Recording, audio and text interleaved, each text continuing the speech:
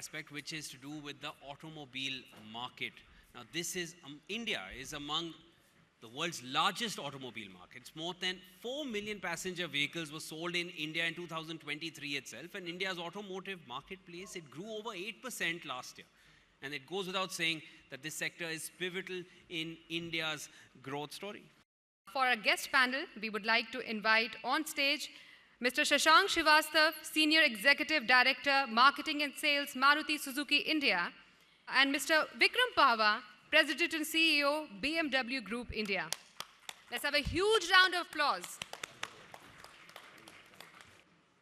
I think globally, IT industry के बाद जो सबसे बड़ी पहचान हिंदुस्तान की बन रही है, वो ऑटो इंडस्ट्री से बन रही है. और अब दुनिया ये मानने लगी है कि automotive industry, auto parts, auto ancillary, cars, bikes, Hindustan बन सकता है मैन्युफैक्चरिंग हब. और आपको पता ही होगा, मारुति हिंदुस्तान से सबसे ज़्यादा गाड़ियाँ एक्सपोर्ट करने वाली कंपनी बन चुकी है.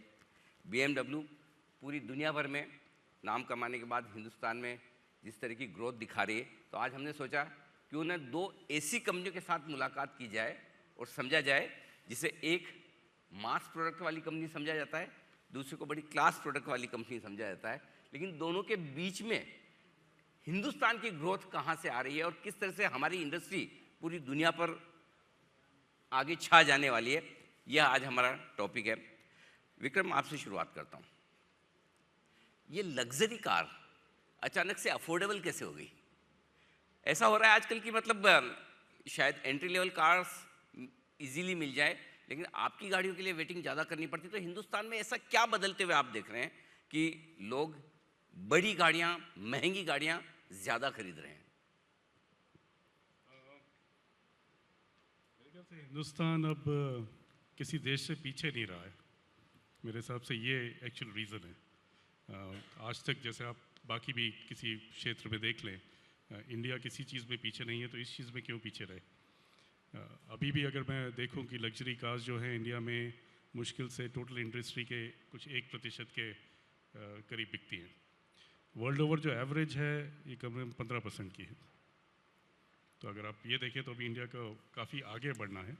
एंड आई थिंक जो इकोनॉमी में हो रहा है, जो कॉन्फिडेंस की बात हुई थी अभी पिछले पैनल में, that confidence in the society is much stronger.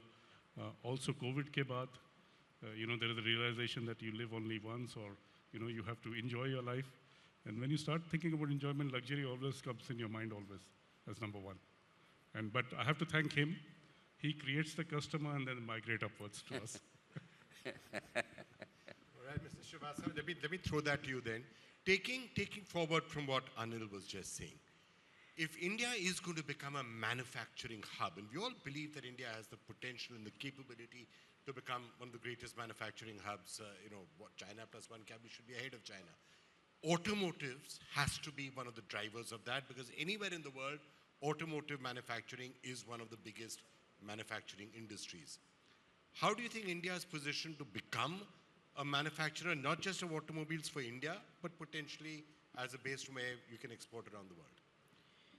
Yeah, I think very pertinent question, because, even though today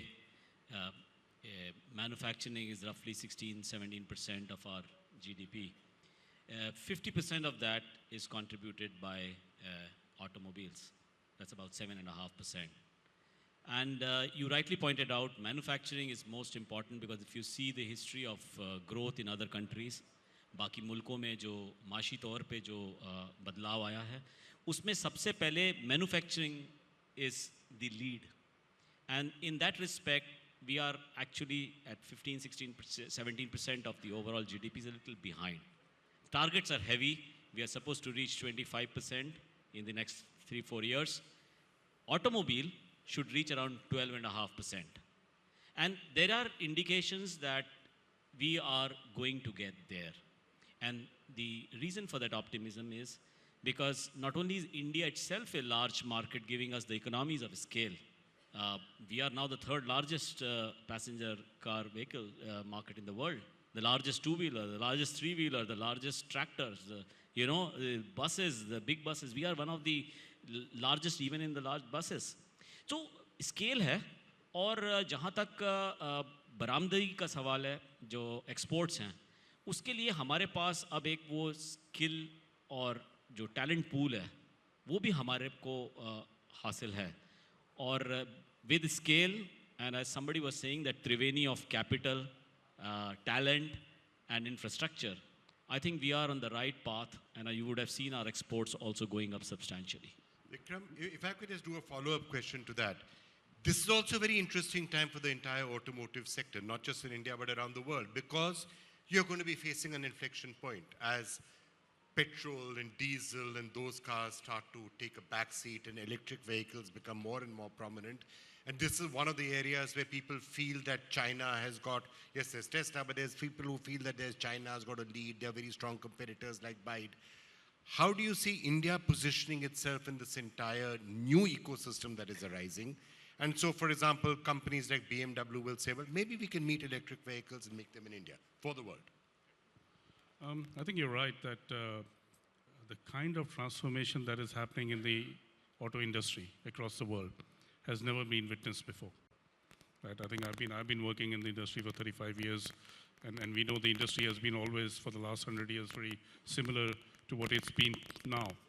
But I think, based on what's happening with the consumer behavior change, what's going to happen with the technologies that will develop, and it's not only just electric, it'll be hydrogen as well tomorrow. So what we'll see, first of all, is that there'll be multiple technologies coexisting, which has never happened before in auto industry. That's the first thing that will happen. The second thing that's going to happen is about the life cycle of the technologies will reduce. So traditionally in auto industry, the life cycle of technologies used to be somewhere around, let's say, for a platform or an engine, you would say 15 to 20 years. For a particular model, it'll be around 6 to 7 years. And that will shrink down to somewhere between 3 to 5 years. So that will be the second change. And third, which was going to be the case pre-COVID, was the ownership pattern was going to change, that people were going to share mobility. I think that has disappeared. So at least that transformation is stopped. But the other two are where I think India's got a great advantage in. Right? Because we are a diverse country, right? And when it's talking about diverse technologies, I think Shashank is talking about the scale that we have in India in terms of demand. And demand is yet to reach that potential what India has. You know, we're talking about a worldwide industry of 80 million. We are only at 4 million. Compared to the population that we have, right? We should be much, much bigger than what we are. You know, we compare ourselves with China from time to time. China is sitting around 10 to 12 million, right? So you can see the kind of headroom that exists for the Indian auto industry to grow. And because of that scale, all these technologies will coexist in India, which may not be the case with many of the developed countries, right? They might switch one technology off or the other. So for me, I think India's got that advantage that the ecosystem, the supplier network will remain for all these technologies, which could be the source of supply to the world, right? That's one. And the second thing about, we spoke about a lot of talent being in India, right? And now talent drain not happening. Or rather, it's a reverse talent drain that is happening right now. So when you're talking about technologies or platforms having shorter life cycle, that means you need more skills and more people on ground developing those technologies. And again, I think India is in a great position there to be able to contribute to the world from an auto industry perspective. If I'm right, you moved back from Australia, right? Sorry, what is that? If I'm right, you moved back from Australia, right? Oh, well, actually, no. I moved from India to Australia and back And here, right? yeah. So talent is coming back to India. Shashank ji, एक ज़माने में हमारे यहाँ गाड़ी मतलब बड़ी luxury होती थी, 4-व्हीलर कार है. Now it is necessity, right? एक और हिंदुस्तान में इतनी डिमांड है, आपको यहाँ के लोगों के लिए गाड़ियाँ बनानी है, और दूसरी ओर ग्लोबल जायंट बनना है. पूरे वर्ल्ड ओवर हमारी गाड़ियाँ भी टॉप 5, टॉप 10 ब्रांड में आए ग्लोबली. तो इसके लिए इंडियन ऑटोमोटिव इंडस्ट्री को क्या चाहिए? क्या सपोर्ट आपको चाहिए पॉलिसी के लिहाज से, माहौल के लिहाज से, एनवायरनमेंट के लिहाज से, कि जिससे आप ज़्यादा फास्ट ग्रो कर सकें? जी, जैसे अभी इन्होंने फरमाया कि हमारे जो अपसाइड है वो बहुत बड़ा है. जी. मैं आपको एक मिसाल देता हूँ। हमारे मुल्क में जो कार का पेनिट्रेशन है वो 32 है 1000 पे, जबकि जो तरक्की पजीर जो मुल्क हैं जैसे यूरोप के हैं या अमेरिका है, जापान है, वहाँ पे 700 पर 1000 का वो है। तो बहुत ज़्यादा हमारे को अभी स्केल मिल सकता है, और उस स्केल के लिए बहुत ज़रूरी है कि हम कैपिटल भी करें और साथ ही साथ एक जो गवर्नमेंट की जो मैन्युफैक्चरिंग सपोर्ट है वो उसमें और इजाफा हो, और वो हो भी रहा है। अगर आप देखें PLI की जो स्कीम है वो स्केल के लिए बनाई गई है, ताकि जितने भी जो कंपनीज़ हैं, जो तंजीमें इस बाज़ार में हैं, वो अपने स्केल को ग्लोबल लेवल पे कर सकें। और ये जो रुझान है इसको मुझे बड़ा मुस्बत लग रहा है, पर पॉजिटिव ट्रेंड है ये, because I think this will continue and with these support such as the PLI, even the FAME scheme which should help us in the hybrid and the electric vehicles, I think ये बहुत ज़रूरी है। दूसरा हमारे को जो capital तो है ही, और जो इंफ्रास्ट्रक्चर है उस पर एक बहुत अच्छा काम हो रहा है, और आगे भी काम बहुत ज़रूरी है। जैसे आपने अभी हाल में जो बजट पेश किया हमारे फाइनेंस मिनिस्टर ने, उन्होंने वो इकोनॉमिक वो रेलवे कॉरिडोर्स की बात करी, चाहे वो एनर्जी का कॉरिडोर या पोर्ट कॉरिडोर हो, उससे लॉजिस्टिक्स कॉस्ट भी काफ़ी कम होगी।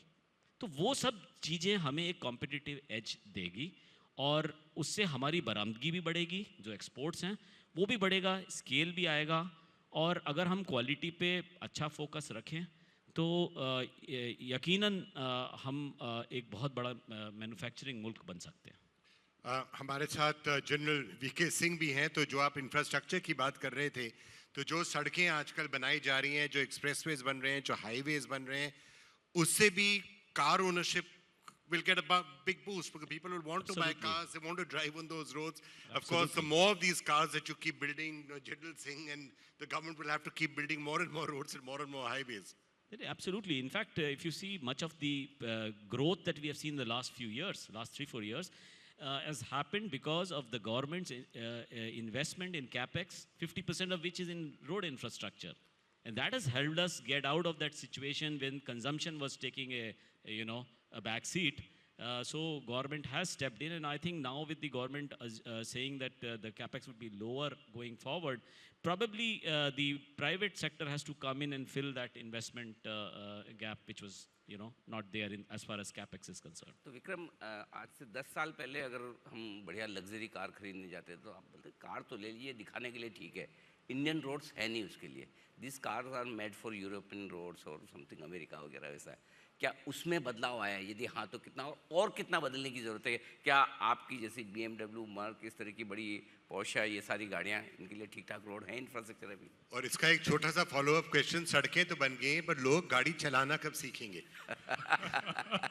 एक लेन में चलो, 2 लेन में नहीं, 2 लेन में। Let me answer the first question first. Yes, absolutely.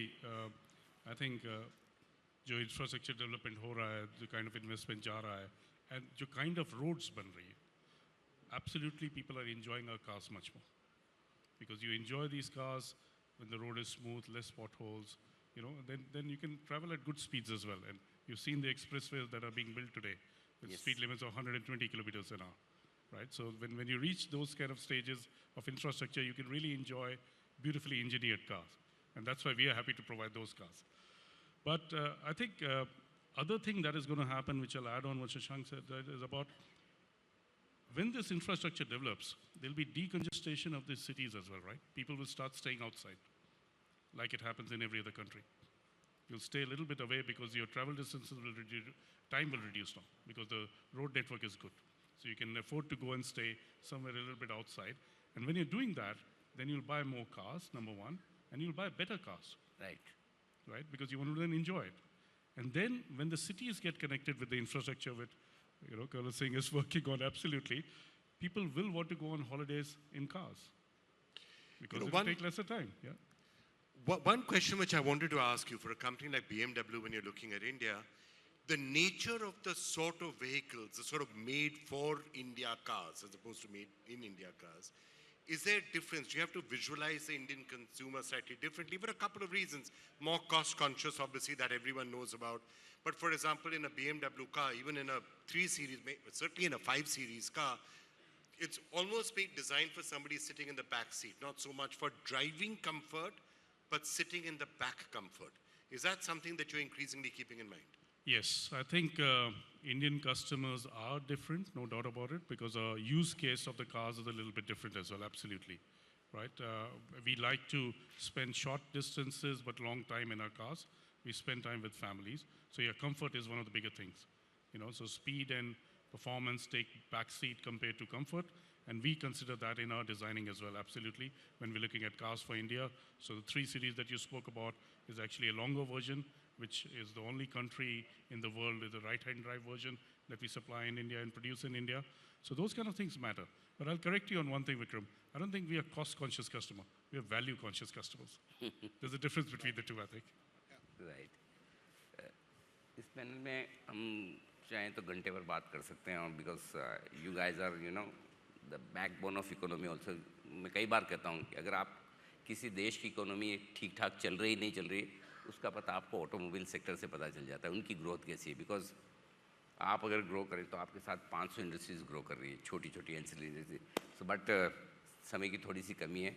आप दोनों का बहुत बहुत धन्यवाद. Thank you so much. Thank you. Shukriya. Thank you.